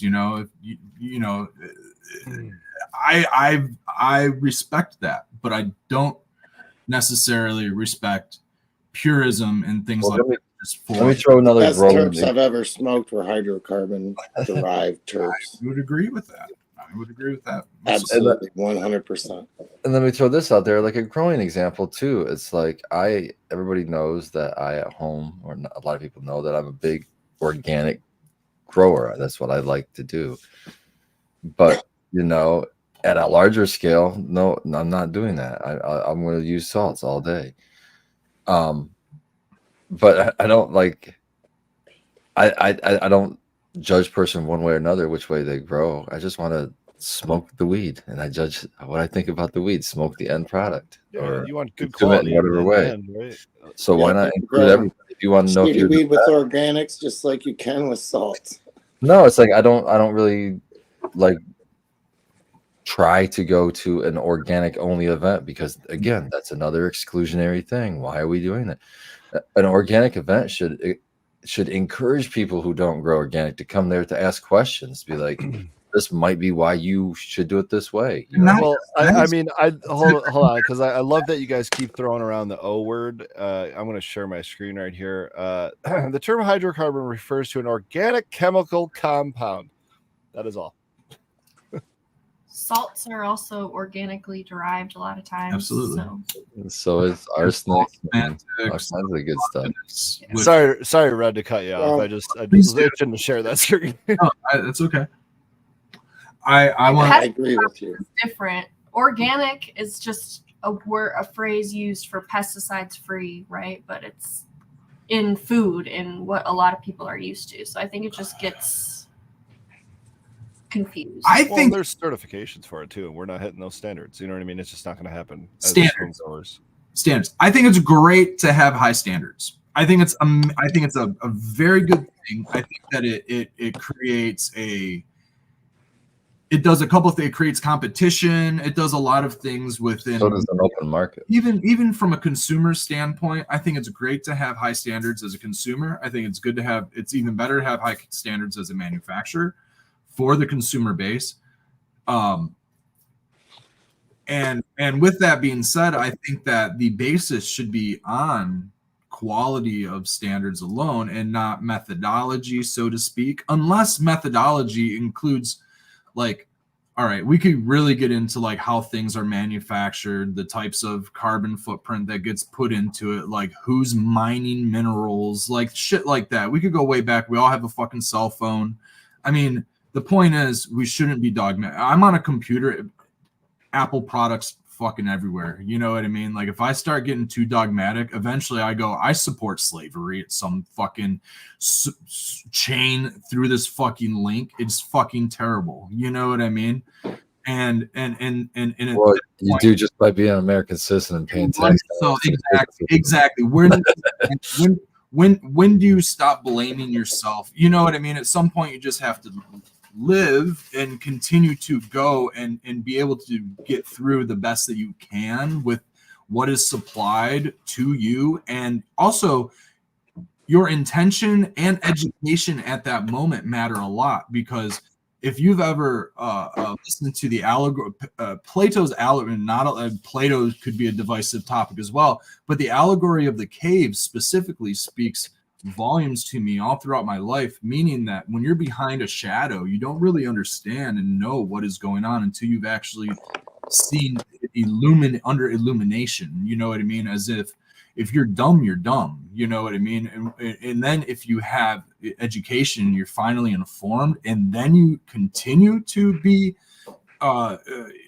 with intention, acting out of line, let's say, or within line even, then that becomes, where are you within intention? And that goes into the quality of your product, or are you just using cannabis as a way to profit, or whatever it might be? That's what it is. That's why we, as these small business type home growers, harp on quality and standards and these types of things so much, because the larger scale type corporations know just that allegory. They know that if they're a slave chain of the wall, they don't have the education, they don't have the knowledge of the terpenes, they don't have the knowledge of the different cannabinoids, the knowledge of how the shelf life and these other things, that they're going to make a lot more money on those uneducated people than they would if they have to actually compete for quality. So it's, man, I love you, Red. You got a great heart and you're such an idealist. But the reality of like the corporations is just not anywhere close to what we're trying to do. You know what I mean? And so like, oh, I know. No. There's no way to fix or change or stop the beast. All that I can do is put blinders on and continue to do what I do. Right. All that. Perfect your craft. That's the continue driving forward. And I do that. I like to put blinders on and try my best not to watch the propaganda machine. Any of it, doesn't care what network it is. It's all the same. And I try to get my information through. I don't even care about information. I just need to know, like, where in the world what's on fire. You know what I mean? What the fuck's on, where the bombs are dropping and what's on fire. That's all I care about. You know what I've been enjoying doing is going back and listening to podcasts I listen to now that I might not have 3, 4, 5 years ago, and listening to them at they're end of the 2019 era episodes, and then into January 2020, and then March 3rd, 2020, and then March 15th, 2020, and then just the it's kind of like a wayback machine where you could just go see how everyone's perspectives change so quickly based on what's happening at this massive scale. Those are the things you probably need to be aware of, right? But when it comes to your craft and stuff, man, also the Super Bowl 19-19. So is it overtime? They're gonna sell some more ads. I don't know, 6 seconds right now. I just thought that it was going to go into overtime. I mean, my Lions go the Super Bowl propaganda thing. Okay, that didn't play out. I was slightly under regulation. There you go. I'll admit to being wrong about that one, but I don't know. I still think that it's a bit of a Roman circus thing, even if it's not foreshadowed and completely set in stone of what it is. Maybe it is an actual competition in a game, but there's still so much behind it. No, it's not. I heard a good I don't know, prediction, I guess, or maybe an awareness type thing where someone described it as the NFL is basically the WWE in its early stages. Yeah. Because with the advent of social media and now all of these professional athletes having their own podcasts, Barstool Sports, these shows, I mean, they're always jumping on pre-shows, post-shows, doing all this media stuff. They have a lot of ways to generate revenue other than just, I'm sponsored by Nike and I'm sponsored by Adidas or whatever. And so it's concerts throughout the shows, with that level of reach, that's a good way to get some money. With that level of reach, they now have the storyline secondary to, or maybe not even secondary, maybe it's primary to their actual sport, their job, right? And they can continue the story 365 days a year. It's not just in season. So now you're just they're always capitalizing on it, and they're always in front of you. They're always in your pockets. They're always on your screens, and it's wild. And they're all classified in the sports entertainment, so that means it can be it could be fake or real. It doesn't matter. There you go. Just like news entertainment, right? Exactly, just like news entertainment. Womp womp. Don't smoke weed, kids. You guys will have discussions like this and wake up. Smoke weed. Yeah. Smoke weed, kids. It's funny. It's funny though. It's I don't want to get. I'm not very, very, very. I'm going to try to stay away politically on this, but like when I started to realize like what it was it cannabis. I'll say it 3 times in hopes that it jumps up like Fagroli did. The entire topic, right? The entire reason that it's the criminalization of cannabis when I was younger taught me to not trust in my leadership. You know, it really put a bad spin on leadership for me. Question authoritarian. It really made me question authority. Cannabis specifically, because I knew as a child, cannabis is a child. I knew as a child, I will say those words, that cannabis was not harmful for me. It wasn't what DARE taught me. It was that I was being lied to. I knew these things as a kid. I knew it. I fucking knew it. And I knew it because I had dug and snuck into my parents' alcohol cabinet and I scored some weed and I compared the two. I did my own citizen science, you know what I mean, on myself. And I could figure out which one gave me a hangover, which one made me puke, which one was the worst, which one made me a shithead. And over the years, certainly which one made me a shithead and make the worst decisions compared to the ones that helped me make better decisions. And then I started to get older and learned all of the other stuff, the deceptions, you know, like keeping it away for health, like it cures cancer and all these other things. And so like that really made, and then in these last couple of years, right? These last couple of years, I started to see how our policies are shaped through corporate greed, corporate monopoly, corporate money, just any of that kind of stuff. And I didn't really understand. Like I kind of knew the word lobbyist. I kind of knew that corporations like big pharma and stuff had a hand in government, but I didn't really understand how that played out until this whole shit with the MCMA and all of that, and in these politicians going down for fucking sex bribes and cars and the dumbest shit to fucking get a leg up on. You know what I mean? How desperate do you have to fucking be? I'm over here with so much fucking integrity. I'm willing to be, you know, to have 3 broken down cars in my fucking driveway, and you know what I mean, and trying to fucking pedal on whatever we have. And there's people out there desperate enough fucking take on sex and cars and all this shit and whatever, you know, just for the integrity, for no ethics at all. And they don't need it. You know what I mean? It's not like they need it. Shame. They're the ones writing our laws. They're the ones writing our fucking laws, dude. So that makes me question the FDA, the USDA. That starts really making me question all of that shit. And I really start to understand where people who believe in things like conspiracies and stuff like that, they get that from. Because it's like, why are we allowing corporations to run the country when the citizens are the ones that should be the ones running the country?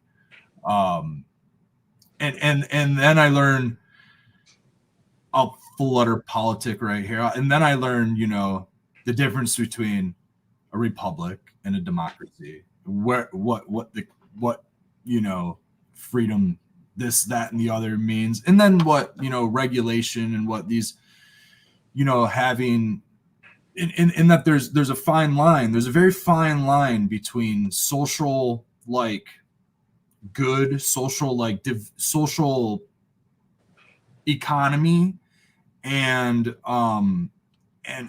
over regulation and like tyranny. There's a very fine line there.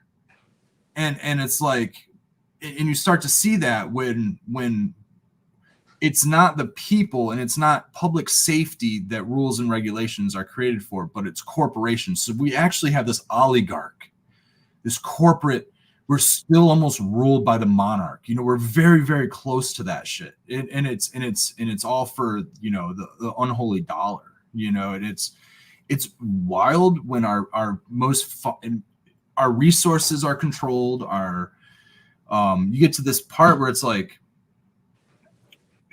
what basic human portions of us should be free, you know, when they're forcing us to maybe, you know, eat certain foods, which is also forcing us to put certain things into our bodies, you know, and I don't mean that they're forcing us necessarily to eat certain foods because we have the ability to grow it ourselves, but depending on where you live, your land might be toxic, you know, I mean, or you just get priced out at the grocery store of the organic stuff. It could be as simple as that. You know what I mean? I looked at a 4-pack, a 1-pound thing of butter at the grocery store. It was like $8.19 or something for a pound of butter, organic butter.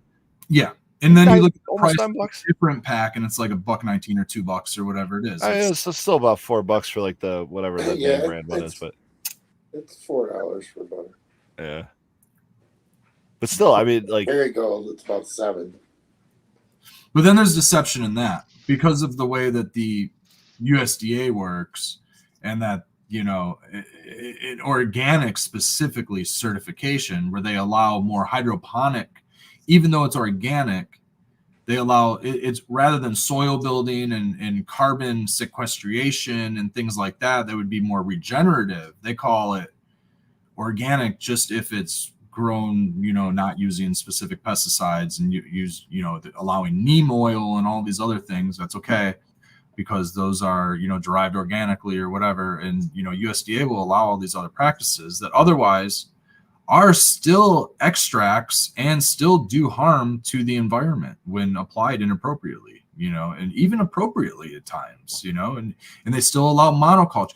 The USDA will allow a polytarp field, okay, a plastic field with plants in pots being fed water soluble solution. That is USDA organic certifiable. So it begins to like question what, you know, the integrity of, or maybe I don't know where what questions arise, but a lot of it just is like how things are paid, because it doesn't bother me that what's being used, but what bothers me is how much waste is going into that process, right? All the plastic pots, all the poly, all the everything that goes into it, rather than making a permanent bed system or anything like that would otherwise build soil and do all these other things, you know, and certify that.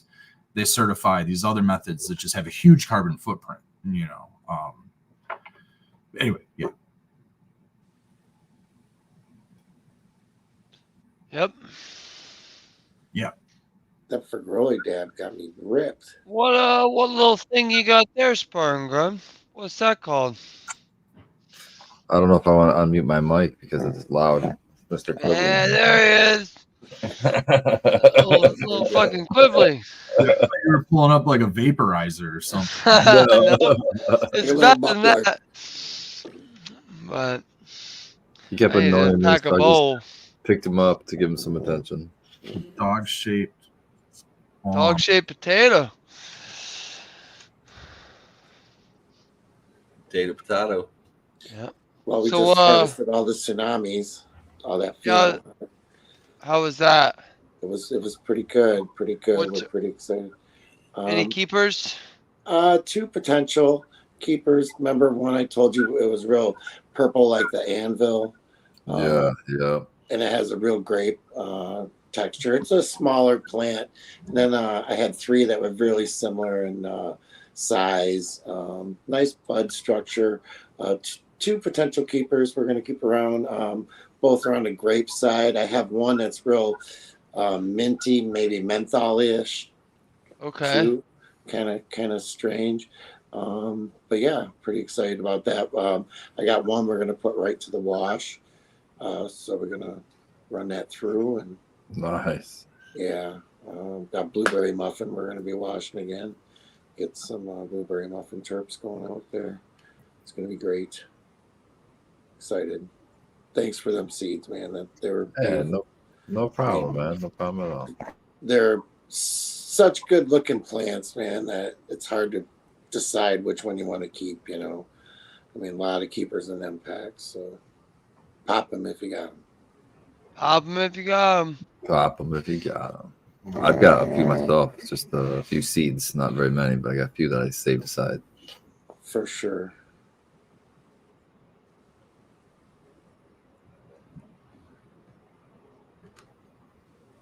I've got my new berry going. I've got 4 of them, so I'm excited. Hopefully I get at least 2 female out of those. That's the DJ Short blueberry cross to. Oh my gosh, dude. I forget. I don't forget what it's crossed to now. There was something. He was out crossed to. Flow, like, or I think no. It was like a haze or something. Ooh. It was some kind of sativa-esque thing. I just can't remember off the top of my head. You remember where that was? Red? Newberry Blue Heaven. Blue Heaven, that's what it was. Which is Temple Flow times HTAF. Is it with its Blueberry F4, I believe? So it's a bunch of Thailand, Afghani. After that one. Times Blueberry. Highlight what Grateful said. Not Wilson, but the last one before that. The bottom line is take care of your neighbors and try to build a sense of community. I don't want to end any of that last conversation on any kind of a negative note, you know. That's it. That's the bottom line.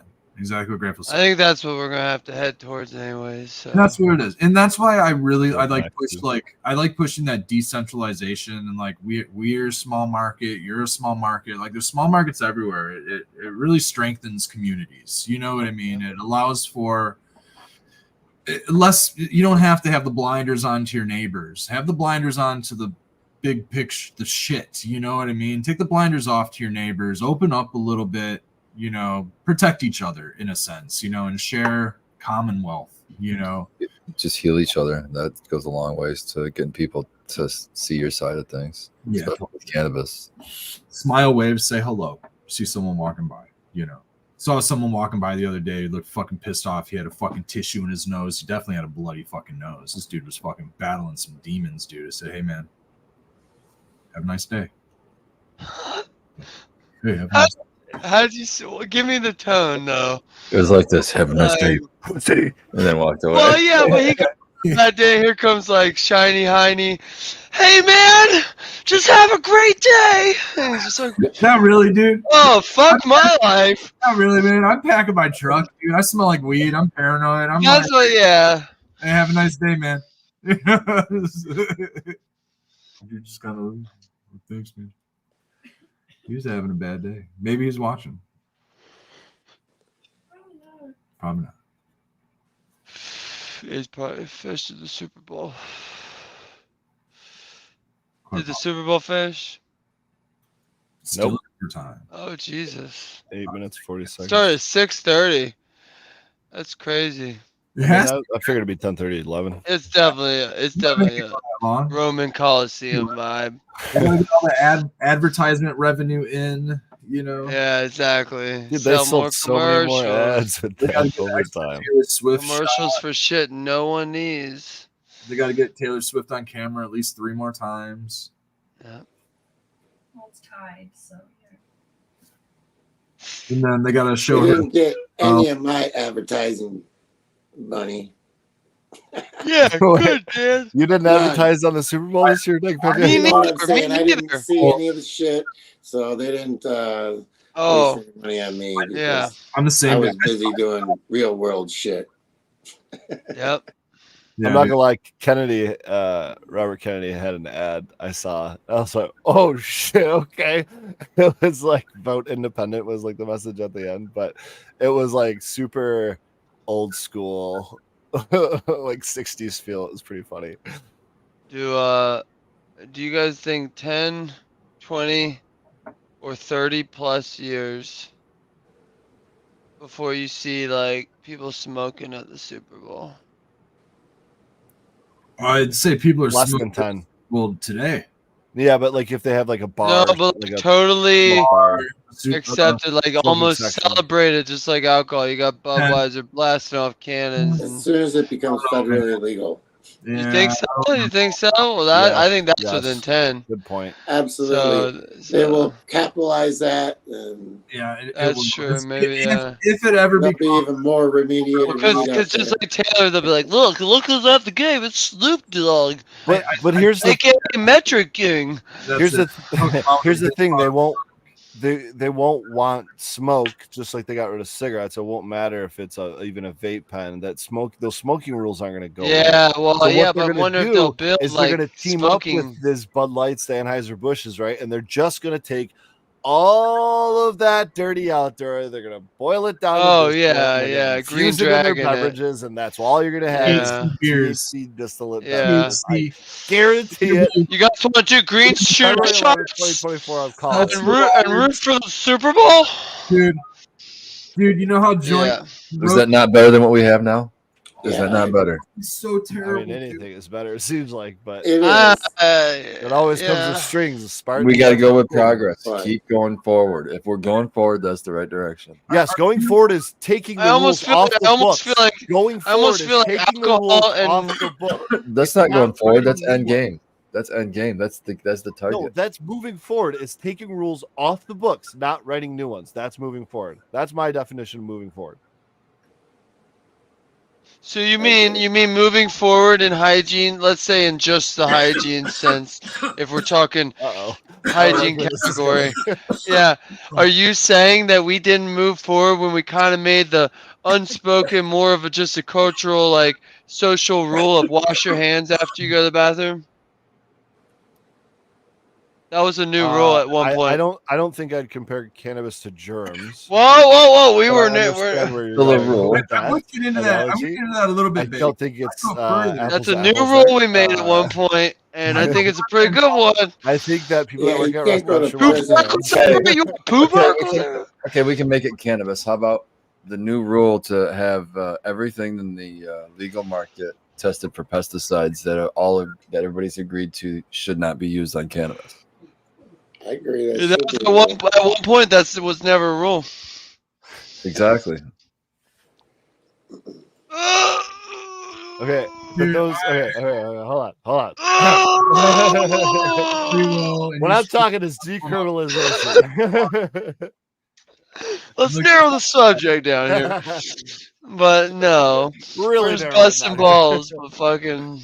Yeah, no, I mean, I like deregulation. I get what you guys are saying, but like, I've already, yeah. I mean, rules are for plebs, so there's that. I get. Also, San Francisco. I can't talk because that dad. San Francisco. Where's your disco? I like that a lot. 22. Kansas City 19. Oh my goodness! It's a nail biter. It's like it was almost meant to be. I'm just excited. That way it lasts 4 hours. I'm only excited because of the Taylor Swift thing, because this is so far anti-Taylor Swift. So we'll see how this goes out. Yeah. I mean, I'm not anti-Taylor Swift. I do like some of her music, not all. Some of her music, but I could give a damn less about like her personal life and all that. Yeah. And I don't know why it should affect football. WWE, dude. WWF. WWE, baby. Reality drama all mixed into one. So if we're talking Vegas odds, if it were to end right now and you took San Francisco winning it by that 2.5, I think they had to win. There's more real RNG in our games of Pathfinder than any sports and all that. Yeah, I wouldn't. I don't know of a situation. I wouldn't where I would bet on any sport. That's what I'm saying. It's all fake. So like no. I'd rather go hit a slot. It's way quicker. At least there's a computer crunching a RNG thing there and giving me a 1 out of whatever chance.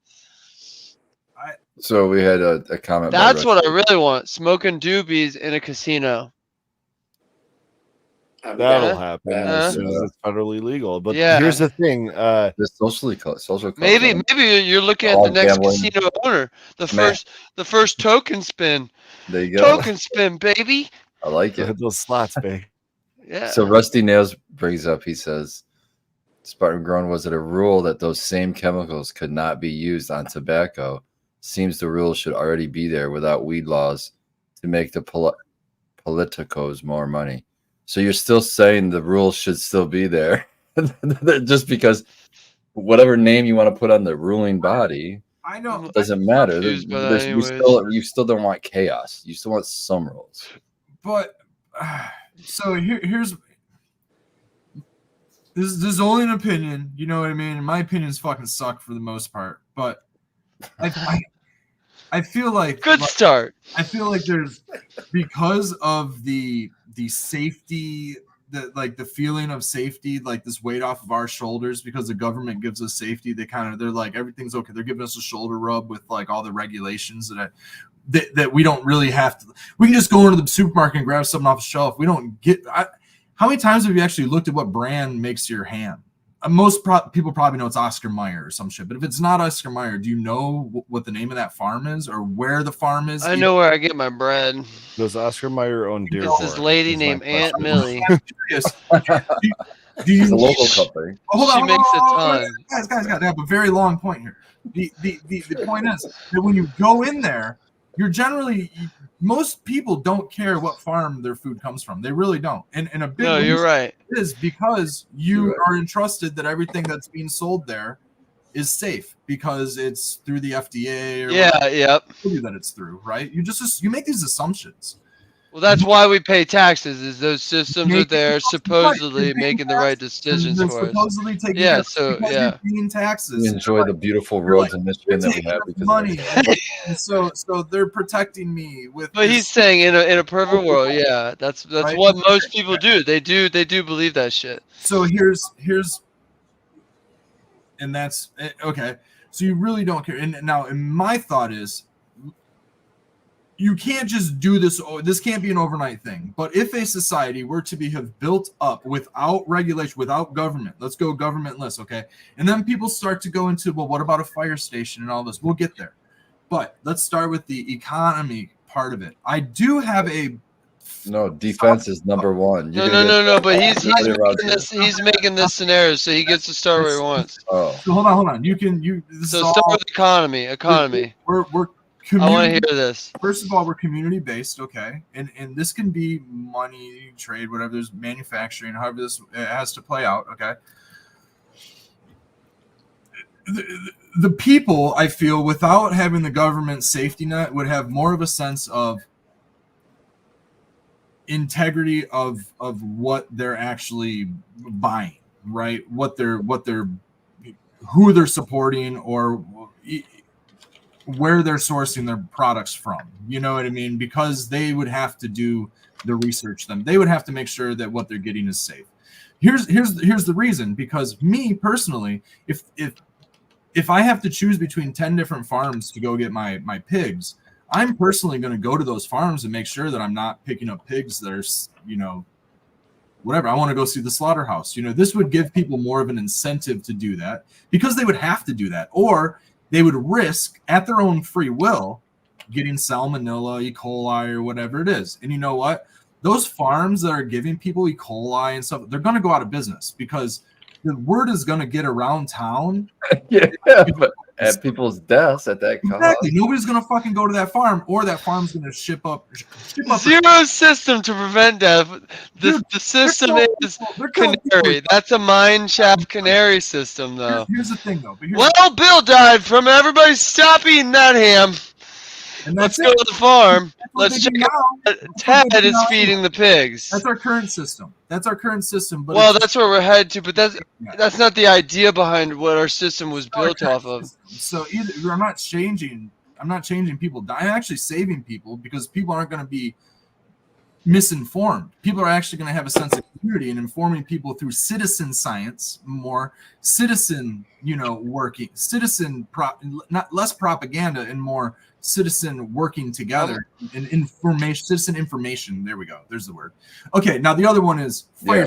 Less bureaucracy and more actual. Here's the fire station. Fire station operates. Fire station gets funded by the community. But guess what? If you whoa, you have to let us interject. Are you talking about taxes then? No, I'm not talking about taxes. I'm talking about a self-funded. Everybody gets to pitch in. There's a fire station. No, wait. Listen, I'm going to tell you the incentive. How did they pick? Would they choose? If you don't pay these buy-in, do they shoot you? You can guess what I'm going to say all you want, but until you let me finish, you're not going to hear what I say. So, listen, your house burns down, okay? The fire department comes out. They charge a fee. They charge a fucking fee. That's it. The fire department charges you. But here's the thing, okay? If you want insurance on that, you can pay into it. So it's like a CSA model. It's like a pay as you go, okay? So it's not a tax. but it's for fire and safety, for road and commission. It's for all of it. You pay into it what you get out. So you pay in, everybody pays into it. But if you don't pay, then you get fined. If I don't want health insurance, I don't have to get health insurance. But initially, how does it get built? I pay health insurance on a just in case merit, right? Why do we pay taxes? You know, and why isn't it just pay as an insurance as a just in case merit?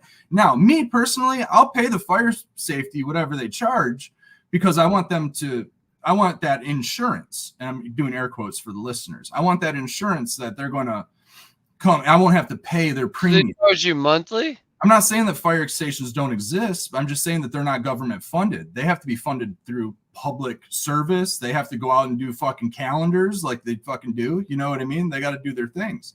But this is how it would work without being government funded. It'd be more self-funded. You know what I mean? And so what happens when a bunch of people my fire service? You know what I mean? And if my shed or my house, if for whatever, or I got a cat in the tree and the fucking fire department comes out, I don't know a fee. But you know what? If I say fuck the government or fuck the fire service, I don't want to pay. I'll take care of my own fucking fires. So be it. I'm allowed. But you know what? The fire service is still going to come out if there's a fucking fire because they respond. They're first responders. They're going to respond. And I, as a homeowner, I'm going to have to pay that fee for them responding. That's just how you refuse. I suppose, but then they would have to. I don't know. I don't know how. Maybe you have insurance through a different community or something. But you would have to pay for your house. Yeah, maybe the insurance company wouldn't pay for your home unless the fire department. You know how that works. Who pays for the fire department when like a group of people or enough people decide they're not going to pay fire and there's not enough to pay the firemen? That's where the mafia comes in, Baked. I'll let you guys know about that. So this is called protection. When we have this type of economy, you're going to need a police force. And if you don't have a police force that's going to be there for you, you call somebody like me. It's a Fergoli. You don't want your things broken? Well, you call me. And you know what? And then there does create groups and militias and all of that stuff, and you know, and that creates. I like this, but here's a twist ball. But do you see where this adds up though? Because it's going to be just very similar to taxes, because you're going to have to pay for the same services that taxes pay for, which would be. But at least you know where your services. At least you know where your tax money is going, because you're paying directly to those services. You're not paying a pool that's getting watered down in Washington, and then it's all the arms dealers and war and all that shit. You know what I mean? And corporations. Our money goes to corporations. I don't want to be paying for glyphosate. You know what I mean? But I do. I pay for the subsidies that farmers get and all that kinds of shit. You know what I mean? And I'd rather pay for organic subsidies, but I don't. You know? I don't get to pay for regenerative subsidies. What if that's where I want my money? Sounds like you want a more effective voting system where we get to vote on a lot more that actually votes matter too. Mainly where we have more control over our economics and society, whatever it may be, but less government forcing. You know, whatever you want to call this thing that you have to call it. It's noted as anarchism, but most people take that as chaos. You know what I mean? But I don't consider it chaos. I do believe in man's law and that people will adhere to order when allowed. I believe that a lot of things, poverty and chaos, and a lot of that is caused because of government and because of lies and deception and all of that shit. You know what I mean? And also feeding us chemicals and all of that. Well, yeah, but like you said in the very beginning, you're like, this would obviously be a gradual, over time you'd have to shift society to this, but pause. Chiefs win. Taylor Swift. Chiefs win. We'll get her 15 seconds of fame. I didn't think it was worthy of mentioning. Oh, sorry. Okay, back to the regularly scheduled programming. So this would take a long time. Are you assuming that we would get in the red? We would also have to get rid of a lot of cultural society things like cell phones and things that are mass produced because you couldn't have a local phone factory everywhere. You know what I mean? Well, like we would have to go back a little bit on tech. I mean, think of that though. That doesn't mean we don't. That doesn't mean we throw away electricity and stuff. I'm just saying we would, which is fine. Space program. But it would, yeah. Like satellites. No, it wouldn't be. there'd be a different. You'd have to get smaller. It would be a bad thing when the rivals who don't do this, like Russia and. What it would be, I think in this it would be a world thing. There would be together as one. Oh, I'm sorry, I misunderstood. If we can't mine our minerals, we would buy them from other places. The thing is that things would, I don't know, man. It would either be more expensive or whatever. I was gonna say you have to have exports if you want to buy things from other places because that means you make money. And it would be more expensive. But then again, that would we could export weed. I was just gonna say we're the best weed growers in the world. That's hands down. You have to think of it in like an abundant society. You know what I mean? If everybody's not restricted to, if everybody can like create, and we can become more of a. Oh, you're talking about a robot operated manufactured society where humans are free to do exactly what you just said. I'm ready for that. Yeah, I'm ready for that. Yep. I'm ready for that. No, we basically the humans have their arts and their crafts and their culture. Exactly. And that's right. You send your robot to do are in the factories. To do the factory. And there is a group of humans that are trained, and all they're trained in is repairing robots. You could do that. While the rest of us fix the world through small communities. And grow weed. Yeah. Like that thing you have that makes the seed cubes. We still need a factory to make those. It's called a soil block. A soil block. But you can just use your hands. So yeah. And I guess yeah. In a factory isn't needed. I mean, really, it's simple. Like you need part of this though. When I'm pictured is like I feel like we're in like medieval Russia. If you want the aluminum, so you have to source the aluminum. And guess what? Everybody make your soil balls like this. The coast, we're going to the port, and we're going to go source the steel because the port's where the market's at. You know what I mean? And that's just how it used to be. You'd go to the market, and the market would have steel, but it wouldn't have the factory for the steel right there. It would be imported, and the market would just be near the port. You go by the port, and you go to the market right there, and you get all your bulk supplies, and then you take that back to your creation shop, whatever it is. Maybe you make chainsaws or something, but you get you source your raw material. We're just slowing everything down a little bit. I don't know if it's slowing it. That's what I'm saying. You wouldn't be able to. You wouldn't be able to switch. It would have to be. It would already have to have been done 500 years. I think look into the Libertarian Party. That's the closest like step from what we have towards what you're talking about. I think parties are dumb, Red. Just believe your idea. That's what I've been voting for the manifest last few times. Anarcho-capitalism. We did really good in Michigan last election. They got so many votes in the Libertarian Party that they actually got major party status. Well, baby, so they're gonna let them talk. No, that means they're gonna be on the ballot without having to fucking get a bunch of signatures. Oh, baby. Yeah, it's cool. Which means they can maybe win again. Maybe they can win. I mean, they didn't win last time, but they could win this time, maybe. How cool would that be? I think it's a carnival game. That's progress. I voted a specific color the last couple elections just based on fucking toss the ball in the hole. Based on everybody else's fear. But the hole's too small. Oh yeah. Should have just fucking. I always vote third party because I'm like that's the only real difference. I always voted third. My whole life I voted third party. Yeah. You know what I mean, however many fucking elections I voted in, little sub elections, primaries, and all that other shit I voted. I always voted third party. But. Yeah, my certain family members made me think that my vote counted. So yeah, they do that when you're young. It's called brainwashing. Then you saw the numbers and you're like, wow. Systemic brainwashing. It's disgusting. Like, oh yeah, we're not exactly a democracy. You guys want to talk about food yet? Yeah, I do. I made anything grows.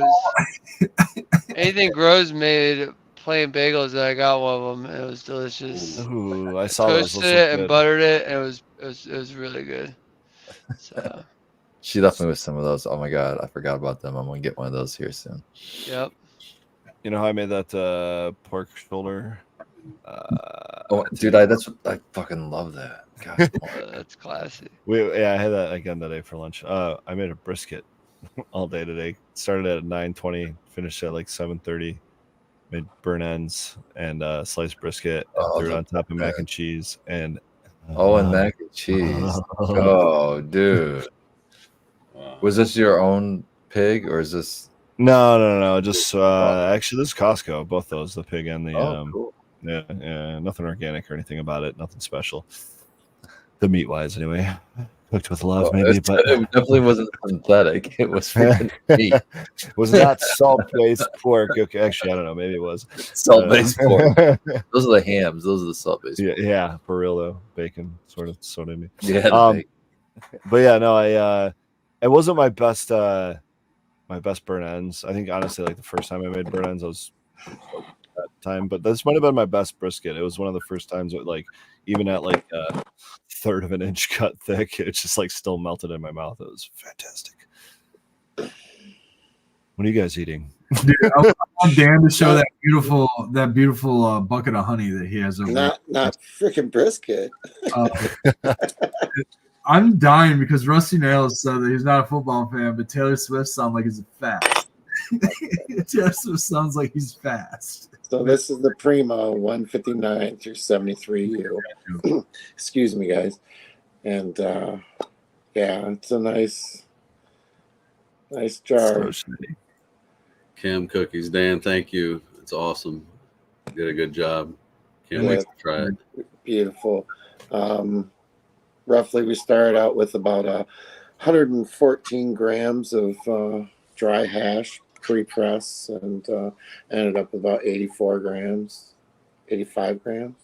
So good job. That's from this is Tara and Troy. If you're willing to share, though, from how many grams of fresh frozen are we talking? Roughly about 3,400-ish. Okay. I can't do math that quickly, but and then then they got another little jar of the 45U, which is good stuff. If you guys consider that food grade nut tree, what do you think you'd make with it? I know it's probably got some terps. Oh, I don't know. Oh, cards you said, Dink? Those are yeah. Okay. But brownies would be always with peanut butter brownies. I don't know. Peanut butter brownies. I like peanut butter cookies. I think the peanut butter smear it down the joint, smoke it. But I don't know. It's probably not necessary to take away the taste of that. Can you just hash hole it up? Yeah, you could. I mean, you could dab it if you want. It's dabbable. Yeah, back in the day, we used to mix them and call it full spec. But back in the day. mean, I got one right here. There you go, 45U to 159. Yeah. Yep.